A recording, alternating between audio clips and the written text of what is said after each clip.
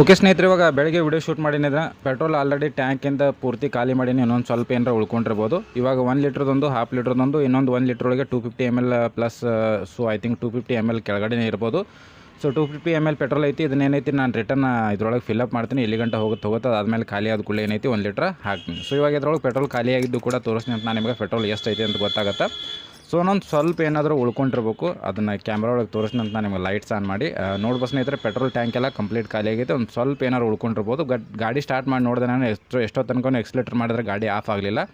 ಸುಮ್ಮನೆ ಪೆಟ್ರೋಲ್ ಹಾಳು ಮಾಡಬಾರ್ದು ಅಂದ್ಕೊಂಡು ಮತ್ತೆ ಆಫ್ ಮಾಡಿದ್ದೀನಿ. ಇವಾಗ ನಾನು ಇನ್ನೊಂದು ಸಲ ನಿಮ್ಮ ಗಾಡಿ ಸ್ಟಾರ್ಟ್ ಮಾಡಿ ತೋರಿಸ್ತೀನಿ. ನೋಡ್ಬೋದು ಗಾಡಿ ಎಳ್ಗಾಡ್ಸ್ ತೋರಿಸಾಯ್ತು ನಿಮ್ಗೆ. ಒಂದು ಸ್ವಲ್ಪ ಕಾಚದೊಳಗೆ ಉಳ್ಕೊಂಡೈತಿ. ಬಟ್ ಗಾಡಿ ಏನೈತಿ ಡಬಲ್ ಸ್ಟ್ಯಾಂಡ್ ಒಳಗೆ ಹಾಕಿದ್ದೀನಿ. ಅಂದರೆ ನಮ್ಗೆ ಕರೆಕ್ಟ್ ಪೆಟ್ರೋಲ್ ಉಳ್ಕೊಂಡಿದ್ದು ಗೊತ್ತಾಗುತ್ತೆ, ಸರಿನಾ.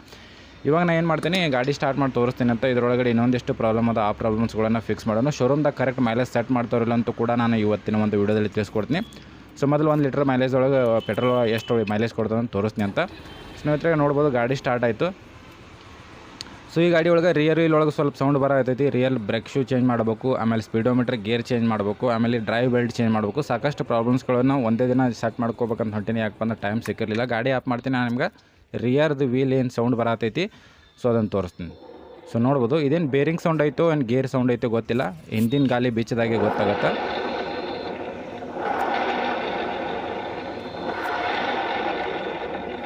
ನೋಡ್ಬೋದು ಈ ರೀತಿ ಸೌಂಡ್ ಬರತೈತಿ. ಸೊ ಇದನ್ನೆಲ್ಲ ಚೆಕ್ ಮಾಡೋಮಂತ ಆಮೇಲೆ ಏನೈತಿ ನಾನು ನಿಮ್ಗೆ ತಿಳಿಸ್ಕೊಡ್ತೀನಿ. ಇವಾಗೇನು 250 ml ಪೆಟ್ರೋಲ್ ಉಳಿದೈತಿ. ಆ ಪೆಟ್ರೋಲ್ ಹಾಕೊಂಡು ಕಿಶಿಂದ ಎಲ್ಲಿ ತನಕ ಹೋಗುತ್ತಾ ಅದಾದಮೇಲೆ ಏನೈತಿ ಖಾಲಿ ಆದ ಕೂಡಲೇ ನಾನು 1 ಲೀಟ್ರ್ ಪೆಟ್ರೋಲ್ ಇದರೊಳಗಡೆ ಹಾಕಿ ಅದಾದಮೇಲೆ ಎಷ್ಟು ಕಿಲೋಮೀಟ್ರ್ ಹೋಗುತ್ತಾ ಅದನ್ನು ಚೆಕ್ ಮಾಡಿಕೊಡ್ತೀನಿ.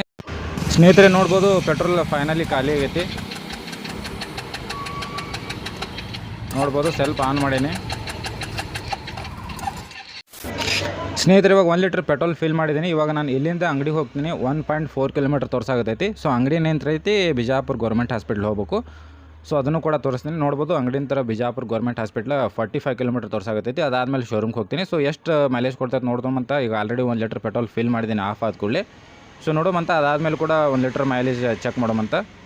ಓಕೆ ಸ್ನೇಹಿತರೆ, ಇವಾಗ ಗಾಡಿದು ಫೈನಲ್ ಏನೈತಿ 1 ಲೀಟ್ರ್ನ ಪೆಟ್ರೋಲ್ ಹಾಕಿನಿ ಆ್ಯಂಡ್ ಹಾಫ್ ಲೀಟ್ರ್ನ ಪೆಟ್ರೋಲ್ ಹಾಕಿನಿ. ಸೊ 1 ಲೀಟ್ರ್ ಬಾಟ್ಲಿ ಏನೈತಿ ನಾನು ನಿಮ್ಗೆ ತೋರಿಸ್ತೀನಿ ಅಂತ.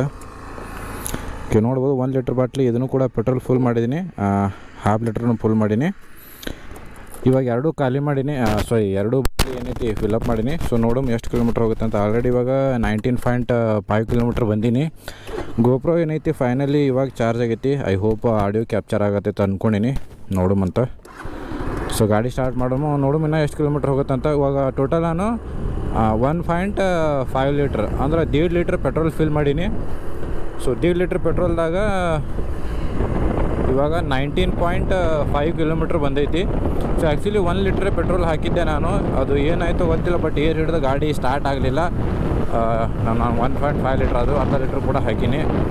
ನೋಡುಮಂತ ಎಷ್ಟು ಕಿಲೋಮೀಟ್ರ್ ಮೈಲೇಜ್ ಕೊಡ್ತದೆ 1.5 ಲೀಟ್ರ್ ಒಳಗೆ ಅಂತ ಹೇಳಿಕ್ಸಿಂದ.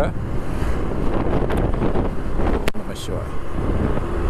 ಸೊ ಇದು ಏನೈತಿಲ್ಲ ಗಾಡಿ ಟೋಟಲ್ ಒಂದು 10 ವರ್ಷ ಪ್ಲಸ್ ಐತಿ. ಅಂದ್ರೆ ಫೆಬ್ರವರಿ 2014 ಒಳಗೆ ಗಾಡಿ ತೊಗೊಂಡಿದ್ದು 2014 ಫೆಬ್ರವರಿ.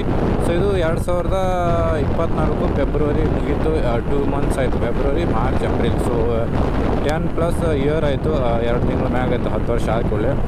ಸೊ ಇಷ್ಟು ದಿನಾನು ಈ ಗಾಡಿ ನನಗೇನು ಅಷ್ಟೊಂದು ಮೇಜರ್ ಪ್ರಾಬ್ಲಮ್ ಅನಿಸಿಲ್ಲ. ಯಾಕಪ್ಪ ಎಲ್ಲರೂ ಹೇಳ್ತಾರೆ ಯಮ ಗಾಡಿ ಚಲೋ ಬರೋಂಗಿಲ್ಲ ಅಂತ ಹೇಳಿಸಿಂದ ಯಾವುದೇ ಗಾಡಿ ತೊಗೊಂಡ್ರು ಅದನ್ನು ಟೈಮ್ ಟು ಟೈಮ್ ಸರ್ವಿಸ್ ಮಾಡ್ಕೊತ ಬಂದ್ರೆ 100% ಯಾವ ಬ್ರ್ಯಾಂಡ್ ಆದ್ರೂ ಕರೆಕ್ಟಾಗಿ ಬರ್ತೈತಿ.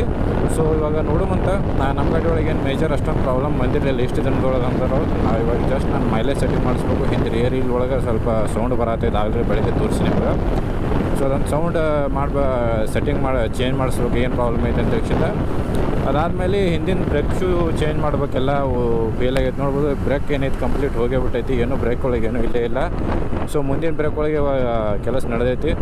ಸೊ ನಿಮ್ಮ ಗಾಡಿದು ಏನಾದ್ರು ಬ್ರೇಕ್ ಪ್ಲೇನ್ ಆಗಿದ್ರೆ 100% ಅದನ್ನು ಫಿಕ್ಸ್ ಮಾಡಿಸ್ರಿ. ಯಾಕಪ್ಪ ಅಂದ್ರೆ ಗಾಡಿ ಏನಾದ್ರು ಆಕ್ಸಿಡೆಂಟ್ ಆಯ್ತಪ್ಪ ಅಂದ್ರೆ ಬ್ರೇಕ್ ಸರಿಯಾಗಿಲ್ಲಪ್ಪ ಅಂದ್ರೆ ಇನ್ಶೂರೆನ್ಸ್ ಕ್ಲೇಮ್ ಆಗಂಗಿಲ್ಲ. ಸ್ಕೂಟಿ ಒಳಗೆ ಒಂದು ಮೇಜರ್ ಪ್ರಾಬ್ಲಮ್ ಏನಪ್ಪ ಅಂದ್ರೆ ಯಾವುದೋ ಸ್ಕೂಟಿ ತೊಗೋರಿ. ಇಲ್ಲಿ ತನಕ ನಾನು ಏನು ಸ್ಕೂಟಿಗಳು ನೋಡೀನಿ 125cc 110cc ಒಳಗೆ. ಸೊ ಇದು ಯಮ ರೇಜ್ ಅಡ್ಡ. ಇದ್ರದ್ದು ಬಂದು 113cc ಐತಿ. ಇದರೊಳಗೆ ರೇಜರ್ ಡಾರ್ ಒಂದು ಐತಿ 125cc ಆ್ಯಂಡ್ ಫಶಿನೋ ಕೂಡ ಐತಿ 125cc. ಸೊ ಎಷ್ಟು ಸ್ಕೂಟಿ ನೋಡಿನಲ್ಲ ಎಲ್ಲನೂ ಏನೈತಿ ಸಸ್ಪೆನ್ಷನ್ ಪ್ರಾಬ್ಲಮ್. ಯಾವುದೋ ಸ್ಕೂಟಿ ತೋರಿ ಸಸ್ಪೆನ್ಷನ್ ಭಾಳ ಅಂದ್ರೆ ಭಾಳ ಸ್ಟಿಫ್ ಇರ್ತಾವೆ ಇವು. ನೀವು ಎಲ್ಲರ ಎಚ್ ಎಫ್ ಡಿಲಕ್ಸ್ ಹೀರೋ ಏನು ಸ್ಪ್ಲೆಂಡರ್ ಪ್ಲಸ್ ಬರ್ತಾವೆ ಆ ರೀತಿ ಏನು ಸ್ಮೂತ್ನೆಸ್ ಇರೋಂಗಿಲ್ಲ. ಸೊ ನನಗದ ಒಂದು ಭಾಳ ಬೇಜಾರು ತಿಂಗ ಏನಪ್ಪ ಅಂತಂದ್ರೆ ಸಸ್ಪೆನ್ಷನ್. ಸ್ಕೂಟಿ ಒಳಗೆ ಸಸ್ಪೆನ್ಷನ್ ಭಾಳ ಅಂದ್ರೆ ಭಾಳ ಬೇಕಾಗಿರ್ತಾವೆ. ಸಣ್ಣ ಪುಟ್ಟ ದಡಿಗೆ ಬಂದ್ರೂ ಶಾಕ್ ಅಬ್ಸರ್ವ್ ಆಗಂಗಿಲ್ಲ.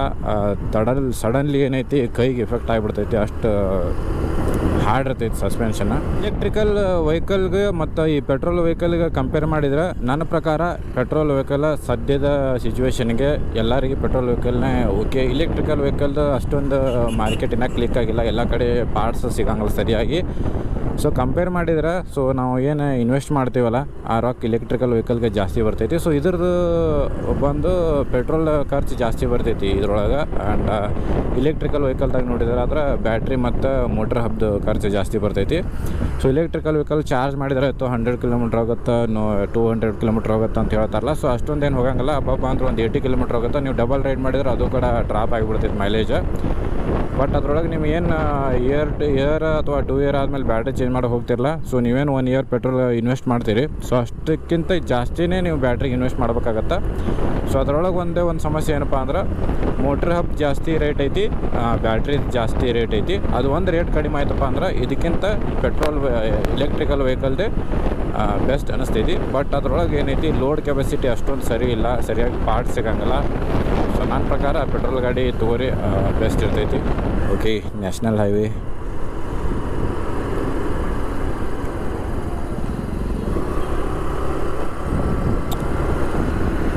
ನನ್ನ ಮುಂದೆ ಹೊಂಟಿರುವಂಥ 3 ಗಾಡಿ ಏನೈತಿ ಮಾರುತಿ ಸುಜುಕಿ, ಒಂದು ಬ್ರಿಜಾ, ಅದ್ರ ಮಧ್ಯೆ ಸ್ವಿಫ್ಟ್ ಡಿಸೈರ್, ಅದ್ರ ಹಿಂದಿನ Swift Dzire. So left side ತೊಗೊಳಮಂತ. ನಾನು ಮೈಲೇಜ್ ಚೆಕ್ ಮಾಡೋಕ್ಕೇನೈತಿಲ್ಲ ಇವಾಗ 50 to 60 ಕಿಲೋಮೀಟ್ರ್ ಸ್ಪೀಡ್ ಇದೀನಿ ಅಷ್ಟೇ. ನಾನು ಮ್ಯಾಕ್ಸಿಮಮ್ ಅಂದ್ರೆ 60 ಎಲ್ಲಪ್ಪ ಅಂದ್ರೆ ಅದ್ರೊಳಗೆ 50 to 60 ಕಿಲೋಮೀಟ್ರ್ ಸ್ಪೀಡ್ ಹೊಡೆಯತ್ತೀನಿ.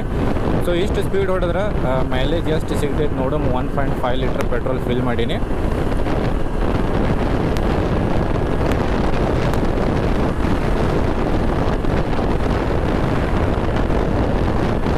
ಇಂಡಿಯಾದಾಗ ಲಿಮಿಟ್ ಮೀರಿ ಗಾಡಿ ಲೋಡ್ ಮಾಡ್ತಾರೆ. ನೋಡ್ಬೋದು ಇಲ್ಲೊಂದು ಟಾಟಾ ಎಸ್ ಹೊಂಟೈತಿ, ಸೆಂಟ್ರದಾಗ ಒಂದು ಬೆಲ್ಟ್ ಟೈಟ್ ಮಾಡ್ಯಾನ, ಡ್ರಿಪ್ಪಿಂಗ್ ಪೈಪ್ ಐತಿ. ಸೊ ಜೋರಾಗಿ ಗಾಳಿ ಬಿಡ್ತಪ್ಪ ಅಂದ್ರೆ ಗಾಡಿ 100% ಪಲ್ಟಿ ಆಕ್ಕೈತಿ. ಸೊ ಹಂಗೆ ಆಗದೆ ಇರಲಿ ಅನ್ನುವಂಥದ್ದೇ ಒಂದು ನಮ್ಮ ಆಸೆ. ಸೊ ಆದರೂ ಇಷ್ಟು ಲೋಡ್ ಮಾಡಬಾರ್ದು, ಯಾಕಪ್ಪ ಸೇಫ್ ಅಲ್ಲ ಅದು ಅಷ್ಟೊಂದು. ಮೊದಲೆಲ್ಲ ಹೈವೇದಾಗ ರೈಡ್ ಮಾಡ್ಬೇಕಾದ್ರೆ ಏನು ಲೋಡ್ ಗಾಡಿ ಹೋಗಿರ್ತಾವಲ್ಲ, ಆ ಲೋಡ್ ಗಾಡಿ ಮಧ್ಯದಲ್ಲಿ ಸೈಡ್ ಒಳಗೆ ಈ ರೀತಿ ಶಾಡೋ ಇರ್ತಿತ್ತು ಅದ್ರದ್ದು. ಅದ್ರ ನೆಳಾಗ ನಾನು ಹೋಗಿದ್ದೆ. ಬಟ್ ಒಂದು ಸಲ ಏನೈತಿ ಭಾಳ ದೊಡ್ಡ ಎಕ್ಸ್ಪೀರಿಯೆನ್ಸ್ ಆಗಿಬಿಡ್ತು. ಏನಪ್ಪ ಅಂತಂದ್ರೆ ಸೊ ಆ ರೀತಿ ಹೋಗ್ಬೇಕಾದ್ರೆ ನನ್ನ ಮುಂದೆ ಹೋಗ್ಬೇಕಾದ್ರೆ ಒಬ್ಬವ ಗಾಡಿ ಫಲ್ಟಿ ಆಗಿಬಿಡ್ತದು. ಆ್ಯಕ್ಚುಲಿ ಅವ್ನ ಮ್ಯಾಗೆ ಬೀಳಿಲ್ಲ, ಆ್ಯಕ್ಚುಲಿ ಅವತ್ತು ಒಂದು ಕೋಟ್ ಲಕ್ ಇತ್ತು. ಮುಂದೆ ಗಾಡಿ ಫಲ್ಟಿ ಆಗೇನೆ ಮೇಗಿಲಿನ ಲೋಡ್ ಏನೈತಿ ಅದು ಫಲ್ಟಿ ಆಗಿಬಿಟ್ಬಿಡ್ತು, ಸರಿಯಾಗಿ ಟೈಟ್ ಮಾಡದಿರೋಂಥ ಕಾರಣ. ಸೊ ಅವತ್ತಿಂತ ಏನೈತಿ ಇಲ್ಲಿ ಮಗ್ಲು ಹೋಗೋಕೆ ಅಂಜಿಗೆ ಬರ್ತೈತಿ. ಸೊ ಬಟ್ ಕೂಲ್ ಇರ್ತೈತೆ ಇಲ್ಲಿ ಸೈಡ್ಗೆ ಹೋಗ್ಬೇಕಾದ್ರೆ ಯಾವುದೇ ರೀತಿ ಬಿಸಿಲು ಹತ್ತಂಗಲ್ಲ. ಆದರೆ ಸೇಫಲ್ಲಿ ಇಷ್ಟು ದೂರ ಹೋಗ್ಬಿಟ್ರೆ ಬೆಟ್ರ್ ಅನ್ನಿಸ್ತೈತಿ ನನ್ನ ಪ್ರಕಾರ. ಸೊ ಇನ್ನೊಂದು ಸ್ಕೂಟಿ ಒಳಗೆ ಬೇಜಾರಾಗೋ ಥಿಂಗ್ ಏನಪ್ಪ ಅಂತಂದ್ರೆ ಮ್ಯಾಕ್ಸಿಮಮ್ ಸ್ಪೀಡ್ನು ಹೋಗ್ಬೇಕು, ಆರಾಮಾಗಿರ್ಬೇಕು ಅಪ್ಪ ಅಂತಂದ್ರೆ ನಾವು 70 to 75 ಕಿಲೋಮೀಟ್ರ್ ಸ್ಪೀಡ್ ಒಳಗೆ ಹೋಗ್ಬೇಕು. ಅಂದ್ರೆ ಏನೈತಿ ಗಾಡಿ ಒಂದು ಸ್ವಲ್ಪ ಸ್ಮೂತ್ನು ಹೋಗುತ್ತೆ, ಸ್ಪೀಡ್ನು ಹೊಂಟೈತೆ ಅಂತ ಅನಿಸ್ಕೊತಾವೆ. ನೀವೇನರ ಅಬೌವ್ 75 ಹೊಡೆದ್ರೆ ಅಂದ್ರೆ ಇವಾಗಿರುವಂಥ 125 cc ಸ್ಕೂಟಿ ತೊಗೊಂಡು 75 ಅಬೌವ್ ಗಾಡಿ ಹೊಡೆದ್ರಪ್ಪ ಅಂದ್ರೆ ಸೊ ಈ ಬೋರ್ ಡ್ರಿಲ್ ಮಾಡ್ಬೇಕಾದ್ರೆ ಹೆಂಗೆ ಗಡ್ರ ಸೌಂಡ್ ಬರ್ತಿತ್ತದ. ಯಾವುದೋ ಸ್ಕೂಟಿ ತೋರಿ ನೀವು 125 cc ತನಕ ಹೇಳಾಗತ್ತೀನಿ ನಾನು ನಿಮ್ಗೆ, ಅಷ್ಟು ವೈಬ್ರೇಷನ್ ಫೀಲ್ ಆಗುತ್ತೆ. ಈ ಅಪ್ಪು ಗಾಡಿ ಎಷ್ಟು ಲೋಡ್ ಜಗ್ಗಾಗತ್ತೈತಿ, ಎಷ್ಟು ಲೋಡ್ ತೊಗೊಳಕತ್ತೈತಿ, ಅಷ್ಟು ಪವರ್ ಫೀಲಿಂಗ್ ಆಗುತ್ತೆ. ಸೊ ಇದು ಒಂದು ಬೋರಿಂಗ್. ಮ್ಯಾಕ್ಸಿಮಮ್ ಸ್ಪೀಡ್ ಇದ್ರದ್ದು 70 to 75 ಆರಾಮಾಗಿ ಓಡಿಸ್ಬೋದು. ನೀವೆಲ್ಲರ 75 ಅಬೌವ್ ಹೋದ್ರಪ್ಪ ಅಂದ್ರೆ ಕಂಡಪಟ್ಟಿ ವೈಬ್ರೇಷನ್ ಆಗುತ್ತೆ. ಏನಾದ್ರು ಪಾರ್ಟ್ಸ್ ಮುರ್ಕೊಂಡು ಬೀಳ್ತಾವೆ ಗಾಡಿ ಒಳಗೆ ಅನ್ನುವಷ್ಟು ವೈಬ್ರೇಷನ್ ಫೀಲ್ ಆಗುತ್ತೆ. ಅದ ಒಂದು ಬೋರಿಂಗ್ ಇದ್ರೊಳಗೆ. ಆದ್ರೆ 60-70 ಸ್ಪೀಡ್ ಏನೈತಿ, ಬಟ್ ಸೇಫ್ ಇದು ಗಾಡಿ ಓಡ್ಸೋಕೆ. ಅಬೌವ್ ನೀವು ಏನಾರ 75 ಹೋಗಿದಪ್ಪ ಅಂದ್ರೆ ಗಾಡಿ ಮನ್ಗಂಡು ವೈಬ್ರೇಷನ್ ಆಗುತ್ತೆ. ಸೊ ಬಟ್ ಲೋಕಲ್ ಏನೈತಿ ಬೆಸ್ಟ್ ಇದು. ಏನಾರ ಸಾಮಾನು ಇಟ್ಕೊಂಡು ಇಡೋಕೆ ಭಾಳ ಅನುಕೂಲ ಆಗುತ್ತೆ. ಫುಡ್ ಬೆಸ್ಟ್ ಒಳಗೆ ಏನು ಇಟ್ಕೊಂಡು ಹೋಗಿ ನೀರು ಬಾಟ್ಲಿ, ಗ್ಯಾಸ್, ಆಮೇಲೆ ಹಿಂದೆ ಡಿಕ್ಕಿ ಒಳಗೂ ಕೂಡ ಏನರ ಕ್ಯಾರಿ ಮಾಡ್ಬೋದು. ಮಳೆ ಬಂದಾಗ ಏನೈತಿ ಒಂಥರ ಸೇಫ್ ಇದು. ಬೈಕ್ ಆದ್ರೆ ಓಕೆ, ಅದರ ಸ್ಪೀಡು ಇರ್ತೈತಿ. ಅದು ನೀವು 100 cc ಬೈಕ್ ತೊಗೊಂಡ್ರೆ ಅದೇ ಎಣ್ಣೆ ಬಾರ್ ಮಾತ್ರ. ಸ್ವಲ್ಪ 150 cc ತೊಗೊಂಡ್ರೆ ಒಂದು 100 ತನಕ ಹೊಡಿಬೋದು. ಇವಾಗ NS 125 ಬಂದೈತಿ, ಅದನ್ನು ಕೂಡ ನಾನು ರೈಡ್ ಮಾಡಿ ನೋಡೀನಿ. ಒಬ್ಬರ ಹತ್ರ ಇತ್ತು, ನಮ್ಮ ಪರಿಚಯದ ಹತ್ರ. ಸೊ ಅದು 80 ತನಕ ಆರಾಮಾಗಿ ಹೋಗುತ್ತೆ. 80 ಮ್ಯಾಗ ಹೋಯ್ತಪ್ಪ ಅಂದ್ರೆ ಕಂಡಾಬಿಟ್ಟು ವೈಬ್ರೇಷನ್ ಆಗುತ್ತೆ. 125 cc ಬೈಕಿನ ಹಣೆ ಬಾರ್ ಅದೇ. ಸ್ಕೂಟಿ ಆದರೂ ಅಷ್ಟೇ, ಬೈಕ್ ಆದರೂ ಅಷ್ಟೇ. 80 ಅಬೋವ್ ಹೋಯ್ತಪ್ಪ ಅಂದ್ರೆ ಬೈಕ್ ಆದರೆ 80 ಅಬೋವ್ ಹೋಯ್ತಪ್ಪ ಅಂದ್ರೆ ಕಂಡಾಬಿಟ್ಟು ವೈಬ್ರೇಷನ್ ಆಗುತ್ತೆ. ಇದು 75 ಅಬೋವ್ ಹೋಯ್ತಪ್ಪ ಅಂದ್ರೆ ಸ್ಕೂಟ್ರ್, ಇದು ಕಂಡಾಬಿಟ್ಟು ವೈಬ್ರೇಷನ್ ಆಗುತ್ತೆ. ಏನಿದ್ರು ನೀವು 100 ಆರಾಮಾಗಿ ಓಡಿಸ್ಬೇಕಪ್ಪ ಅಂದ್ರೆ 150 cc ಬೈಕ್ ತೊಗೊಂಡಾಗ 100 ಸ್ಪೀಡ್ ಏನೈತಿ ಆರಾಮಾಗಿ ಓಡಿಸ್ಬೋದು. ಸೊ ಇದು ನಮ್ಮ ಬಿಜಾಪುರ ಟೂ ವೀಲರ್.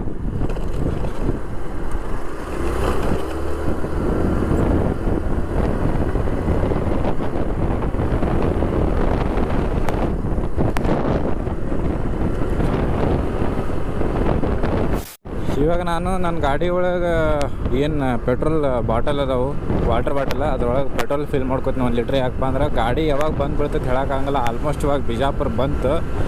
ನನ್ನ ಪ್ರಕಾರ ಇದು ಮುಂಚೆ ಎಲ್ಲ 1 ಲೀಟ್ರಿಗೆ 37 ಕಿಲೋಮೀಟ್ರ್ ಮೈಲೇಜ್ ಕೊಡ್ತಿತ್ತು. ಇವಾಗ ನಾನು ಇದ್ರೊಳಗೆ 1.5 ಲೀಟ್ರ್ ಹಾಕೀನಿ. ಸೊ 37 ಡಿವೈಡೆಡ್ ಬೈ 2 ಅಂದ್ರೆ 18.5 ಕಿಲೋಮೀಟ್ರ್. 18.5 ಪ್ಲಸ್ ಒಂದು 37, 18 ಕಿಲೋಮೀಟ್ರ್ ಹಿಡಿದ್ರು 37 ಪ್ಲಸ್ 30 47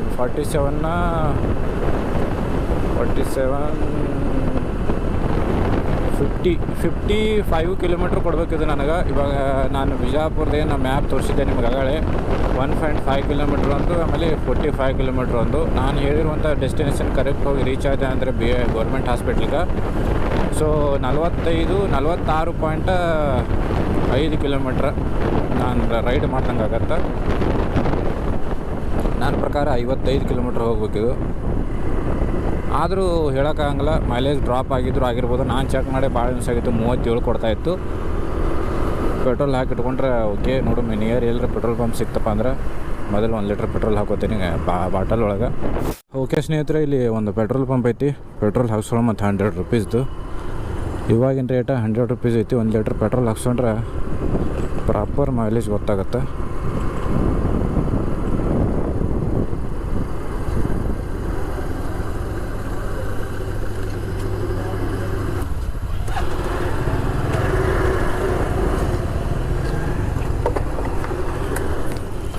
₹100 ಹಾಕೋಣ.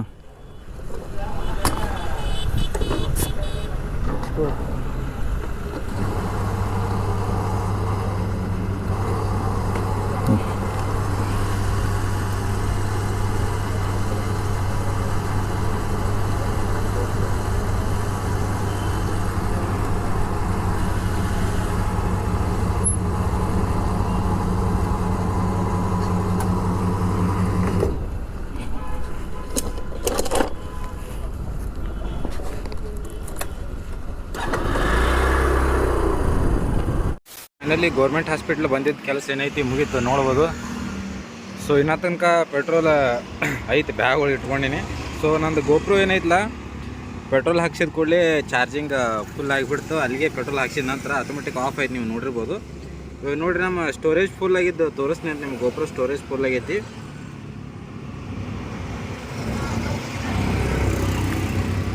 ಸೊ ನೋಡ್ಬೋದು, SD ಫುಲ್ ಅಂತೇಳಿ ಕಿಶಿಂದ ವಿಷಯ ಬರತೈತಿ.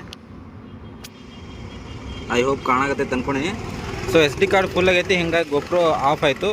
ಇವಾಗ ನಾನು ಟೋಟಲ್ ಎಷ್ಟು ಕಿಲೋಮೀಟ್ರ್ ಬಂದೀನಿ ಎಲ್ಲ ನಿಮಗೆ ಎಕ್ಸ್ಪ್ಲೇನ್ ಮಾಡ್ತೀನಿ. ಇನ್ನೂ ಗಾಡಿ ಚಾಲೂ ಐತಿ, ಏನು ಆಫ್ ಆಗಿಲ್ಲ. ಇದನ್ನೇನೈತಿ, ಮೊದಲು ಏನೈತಿ ಸ್ಟೋರೇಜ್ ಏನೈತಿ ಇದ್ರೊಳಗಿಂದು ನಾನು ಮೊಬೈಲ್ ಕಾಪಿ ಮಾಡಿಕೊಂಡು ಆಮೇಲೆ ಏನೈತಿ ಕಂಪ್ಲೀಟ್ ತೋರಿಸ್ತೀನಿ ಅಂತ. ಚಾರ್ಜ್ ಏನೋ ಆಲ್ಮೋಸ್ಟ್ ಐತಿ ನೋಡ್ಬೋದು. ಇನ್ನೂ 45% ಚಾರ್ಜ್ ಐತಿ.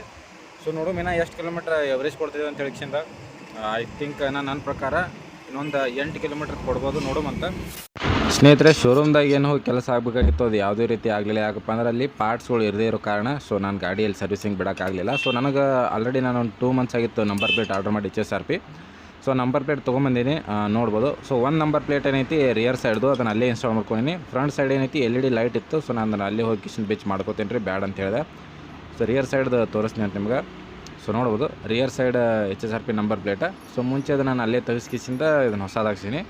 ಫ್ರಂಟ್ ಸೈಡ್ ಏನೈತಿ ನಾನು ಇಲ್ಲಿ ಹಾಕ್ಸೋತೀನಿ ಅಂತೇಳಿ ಕಿಶಿಂದ ತೊಗೊಂಡು ಬಂದಿದ್ದೀನಿ.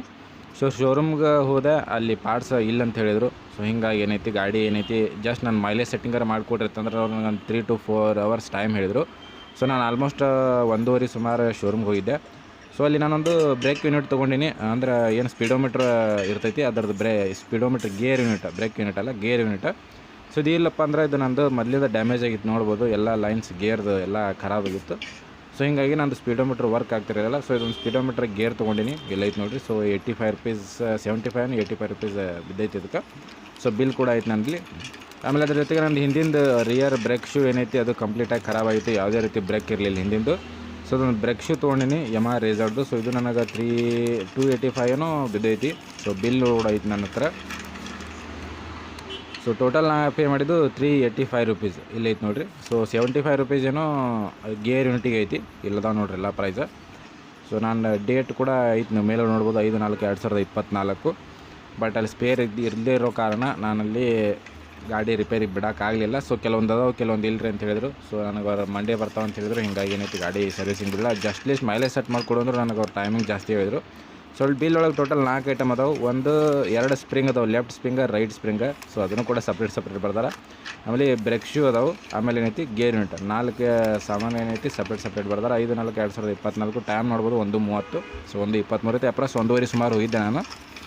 ಸೊ ಮೈಲೇಜ್ ಸೆಟ್ಟಿಂಗ್ ಮಾಡೋಕ್ಕೆ ಜಾಸ್ತಿ ಟೈಮ್ ಹೇಳಿದ್ರು. ಸೊ ಎನಿವೇ ಇನ್ನೊಂದು ಸಲ ಮಾಡಿಸಿರ ಅಂತ ರಿಟರ್ನ್ ತೊಗೊಂಬಂದಿನಿ. ನಾನು ಚೆಕ್ ಮಾಡಿರೋ ಪ್ರಕಾರ ನನ್ನ ಗಾಡಿ ಮೈಲೇಜ್ ಕೊಟ್ಟಿದ್ದು 1 ಲೀಟ್ರಿಗೆ 37.5 ಸರಿನಾ. ಸೊ ಇಲ್ಲೈತೆ ನೋಡಿರಿ ನಮ್ಮ ಗಾಡಿ 37.5 ಕೊಟ್ಟೈತಿ 1 ಲೀಟ್ರಿಗೆ.